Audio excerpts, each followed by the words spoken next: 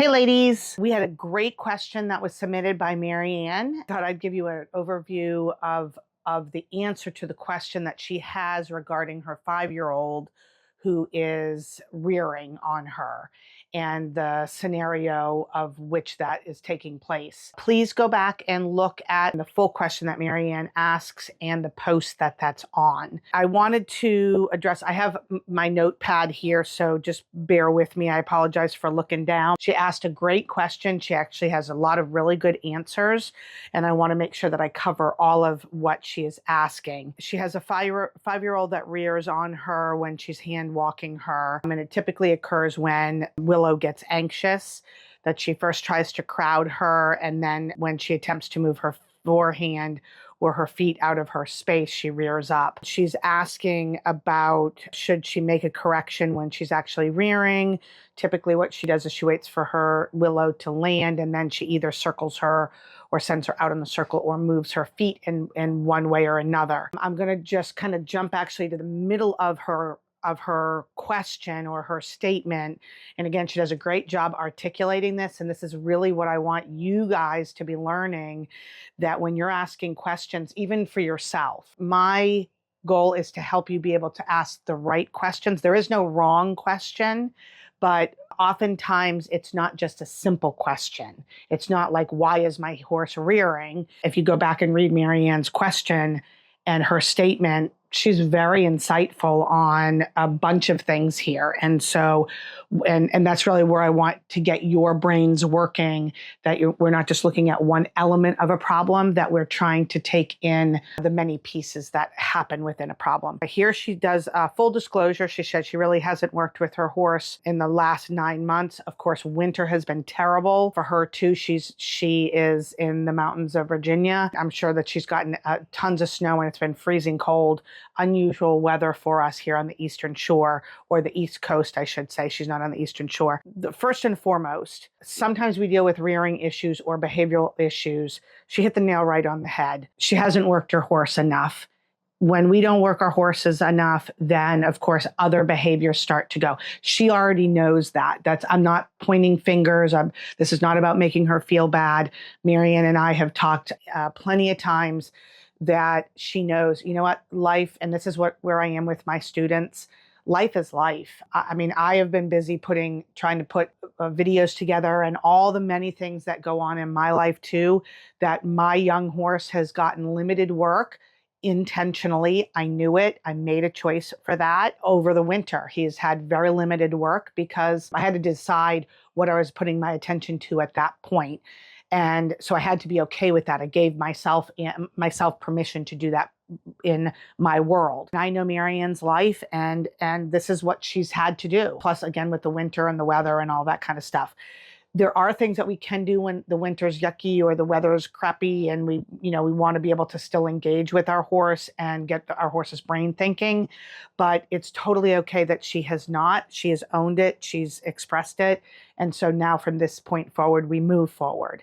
So the fact is that if we don't work our horses and we don't get their brains going, we can't just physically ask them what to do or tell them what to do. Willow is very smart. She's very intuitive. She's very intuitive to energies and what is occurring within Marianne and her surroundings. I'm sure as she's getting a little bit older, she's getting a little bit of like hot sauce under the saddle. So she, wants to, get her feet moving a little bit more and be a bit more active.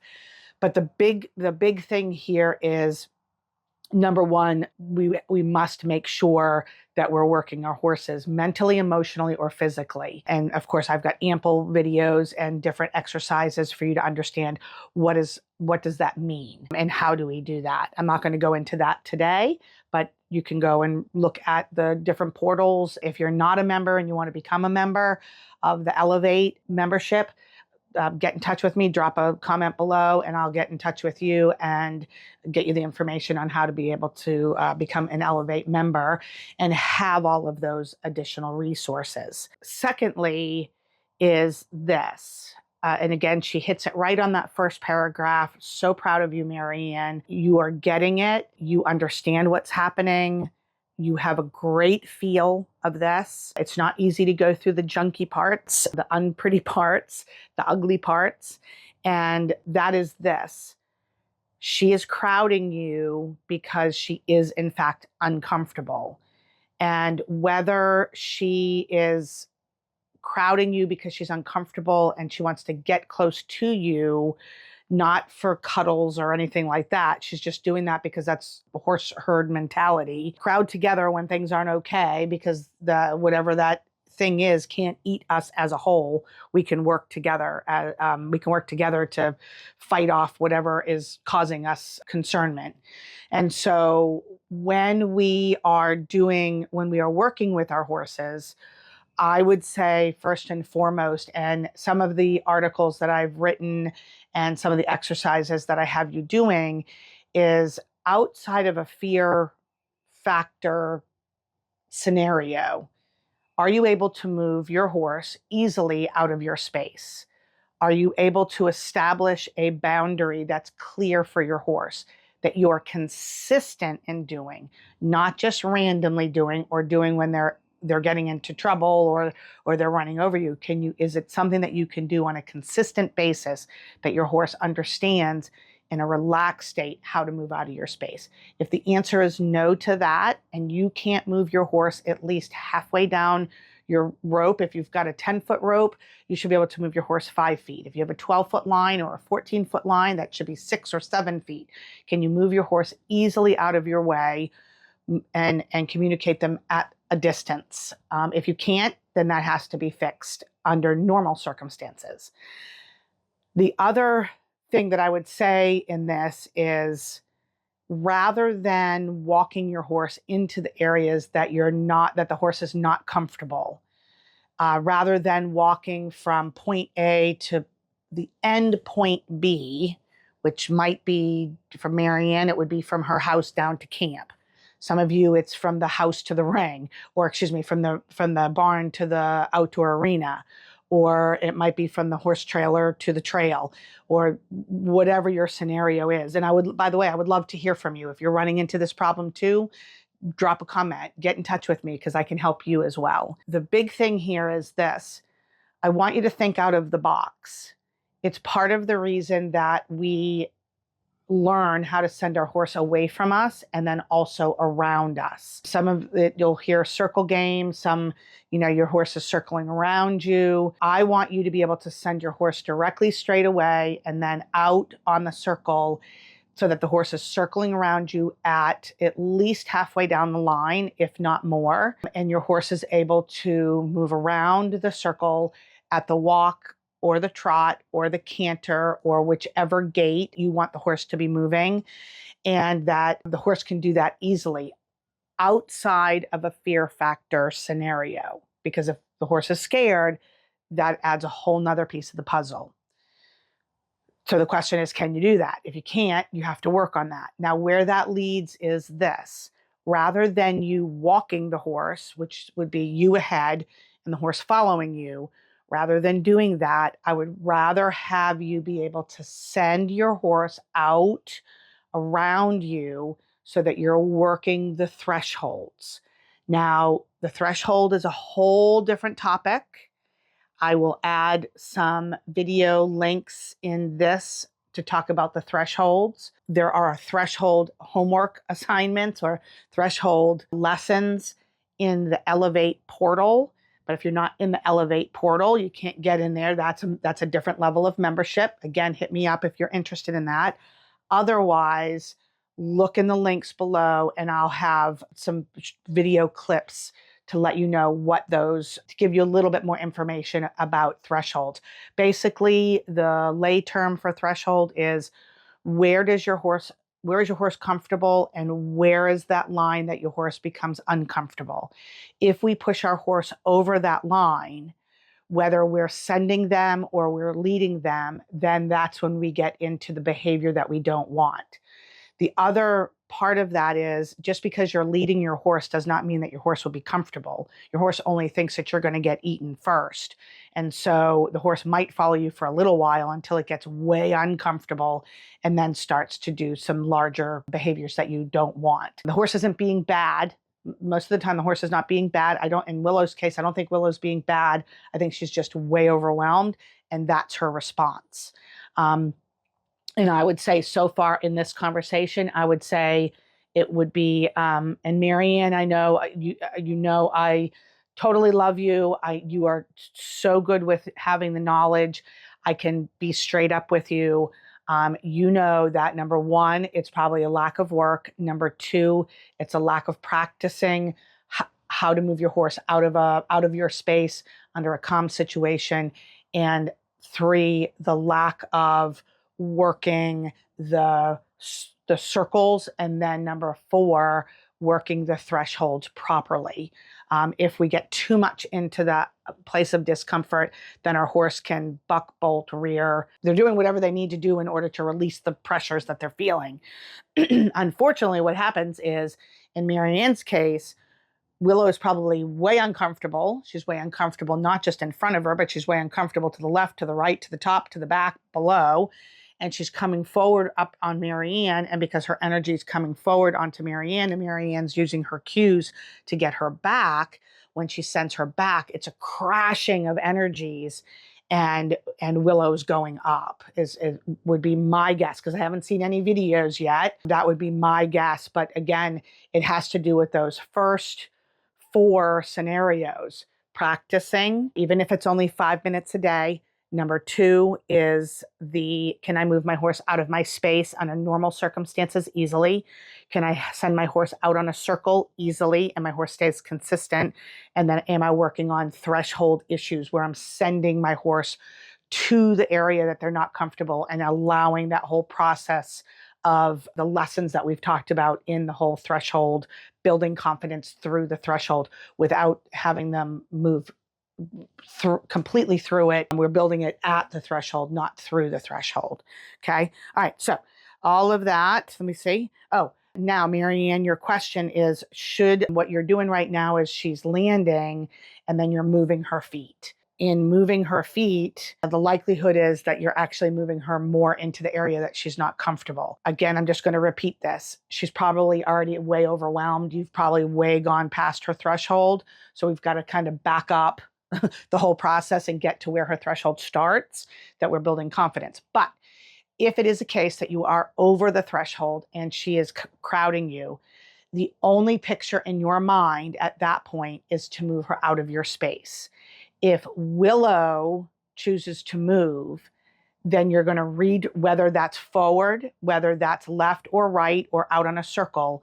Your only job is to redirect her to the place where you had her, where you wanted her, and she is to disengage at that point and stand and stay. Now, I will add to that, typically, if my horse is outside of their threshold and the threshold is still in front of them, then that process will be somewhat simple. If my horse is in a place that I've done that, but they're already way over their threshold, I can't ask them just to stand. I actually have to back them up until they get beyond the beginning part of the threshold. So that threshold is actually now in front of them and not behind them or around them or over them. And again, I really think that's what's happening with Willow. So yeah, you have to make sure. The reason I don't want you to move her feet when she hits the ground is because, unlike a horse that is doing this out of negative opposition, negative or neutral, the neutral opposition is a horse that's not doing what you want them to do based out of one of the factors is out of fear, or the second factor for neutral opposition is that my horse doesn't understand. Either I haven't taught them or worked with them or shown them consistently, or I'm not asking properly. And the second or the third, the kind of the second branch is the fact that the horse is scared. And I think you have both of those going. So I don't think she's acting out of negative opposition. Negative opposition is if she actually knew what she was supposed to do and she was just saying downright no, and then that was her response. Even though she does know how to back up, she's maybe not backing up. You're not backing her up consistently outside of a scary situation. And then there's that crashing of energies. So what we have to do is, in the case if she was in negative opposition, I would absolutely move her feet a little bit more. But in this case, I don't think that's a good place for her, because it only makes her more right brain. She doesn't really understand what she's supposed to be doing. So the puzzle piece that we're looking for, the picture we're looking for within that piece, is that we want her to stay behind us or stay out away from us, and she has to stand. And so moving her feet or sending her around in a circle or punishing her for going up is not going to be helpful for Willow. You need to allow her to stand and then ask her to back up and then allow her to stand. Now, here's what might happen. She's going to try to come up to you. You're going to send her back. She's going to try to go to the left. You're going to disengage. You're going to send her back to the right. You're going to put her in her spot. She's going to think she's got to go off to the right. You're going to disengage. You're going to send her back to your spot. She's going to come up. She might back up. If she backs up, go with her. That's fine. If she comes up to you, you're just going to tell her to go back. So you might be sitting there for 20 minutes, 30 minutes, 1 hour, 2 hours until she stops and stands. Here's the big key. Where your horse ends emotionally with what you're asking of them physically is what they remember. So when she finally stands, don't you dare move. Let her rest. Let her go to sleep.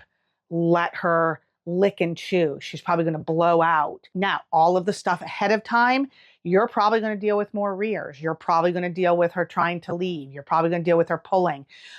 She might be bucking. She might not be happy with what's happening, but you just stay consistent, relaxed, grounded, and steadfast on getting her back where you want her to be, which you've got to pick a specific spot, and you've got to know where that is. Now, I don't care if she's 1 foot or 1.5 feet or a half a foot off of the spot, as long as she's in the general place of the spot, but not 2 feet over or 3 feet over. She's got to be within the general spot, okay?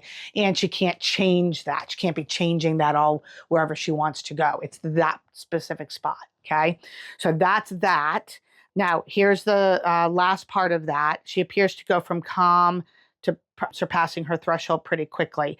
I would venture to guess that she's actually going more internal. So, and listen, I believe in you. I know you. I know that you're intuitive. I'm going to ask you to open up your vision a little bit more. Pay attention. Does her feet start to go a little faster? Do her feet slow down? Where does she start to get braced? Where does her head go up? Does she typically around the farm area walk with her head down? As you're walking out the driveway or towards the driveway, does her body position change at all? If she changes at all and she's not your normal Willow and relaxed and attentive and into you and, curling and touching you the way that Willow normally does, then you've come up to or beyond the threshold. So just be aware of that. Finally, I will say this, and this answers the last question. Marianne asks if she should be concerned that this behavior will happen in the saddle. And my answer to that is yes, you should be concerned. If we are not showing our horses how to work through things that are uncomfortable for them, then the behaviors that we are experiencing and our horse is demonstrating will absolutely transfer to the saddle. It's not about doing what we want the horse to do. It's how our horse is emotionally in the things that we are asking for. So if I am asking my horse to walk from the barn down to the trailhead, if my horse is escalating throughout that process on that travel, then that's what I'm teaching my horse. I'm teaching my horse how to be uncomfortable. And at some point, the straw will break the camel's back. Eventually there's too much weight on, a pickup truck. I don't know if you guys have ever seen, I've driven down the road and people have either overloaded their trailer, like their flat trailer, their flatbed trailers, or their trucks, and axles have gone and all that kind of stuff. There's a reason that there's a load limit. And unfortunately, we don't realize that we surpass the load limit on our horses. And and Marianne is not doing this. Oftentimes, I see people pointing the fingers and blaming the horse when it's really actually the people. Marianne is not doing that, and I'm not pointing the finger at Marianne. Marianne she knows the things that she needs to work on. The thing is that for our horse, it's not just that our horse be okay in the moment, and it's not even okay that we manage through a situation and we manage through it unharmed, or the horse was unharmed. The issue happens when we end a situation where our horse is still not comfortable. If our horse is still right-brained and still up or scared, then the next time we come back to that same scenario, that we're walking down to the trail or we're walking into a wash stall, if I've removed my horse when they are not comfortable and I haven't shown them how to be comfortable in the process of getting there or into there or around there, including a horse trailer, then I am leaving the scenario with my horse anxious, apprehensive, waiting for the next shoe to drop because they're a prey animal and they're waiting for the predators to come get them. They're flighty, flinchy, overreactive, and in Willow's case is starting to act out, and we don't want that. We want to end whatever we're asking our horse to do. We want to end them in a place that the horse is calm and grounded, so that we're taking calm and grounded to our next session. In conclusion, at the whole beginning of this video, I talked about making sure that you had a bunch of elements. I think I gave you 4 or 5 elements that were all prerequisites to what you're asking for when your horse is not okay. So we have to have those. We can't go on a trip. We can't load our truck down, since I was using that example. We can't load our truck down with stuff if we don't even know the load limit. We have to know the load, like there's stuff that we have to do ahead of time. We have to make sure that Willow or any of you watching have your horse set up properly, that you know how to communicate with them under normal circumstances that are not excessive and fear factor scenarios. We have to be able to work with them first in that manner, so that when we hit the areas or we're trying to expand the horse's knowledge and comfort level, we know how our horse typically works or responds to us, and we'll know the level of discomfort our horse feels at that point. There you have it. Hopefully you were able to take one thing from that you can use to implement into your horsemanship that will make a world of difference between the relationship between you and your horse, and more importantly, that will put your horse in a place that you're building their confidence and building your confidence, so that you can progress in your horsemanship journey. If you are interested at all in the Miles Made Elevate membership, there is a link in the notes. Please feel free to click that. It'll give you some membership options that you can explore. If you would like to schedule a call with me and you have any questions, please feel free to do that as well. You can also comment below that if you're interested, or you could private message me and I will get back to you and get you more information on how your world with your horse can be changed through the Elevate membership. Thank you. I know this was a long video, a long podcast, so I appreciate you sticking in with it. And again, hopefully you gained something from it. Happy horsing, and I look forward to hearing from you. Remember, safe horses are miles made.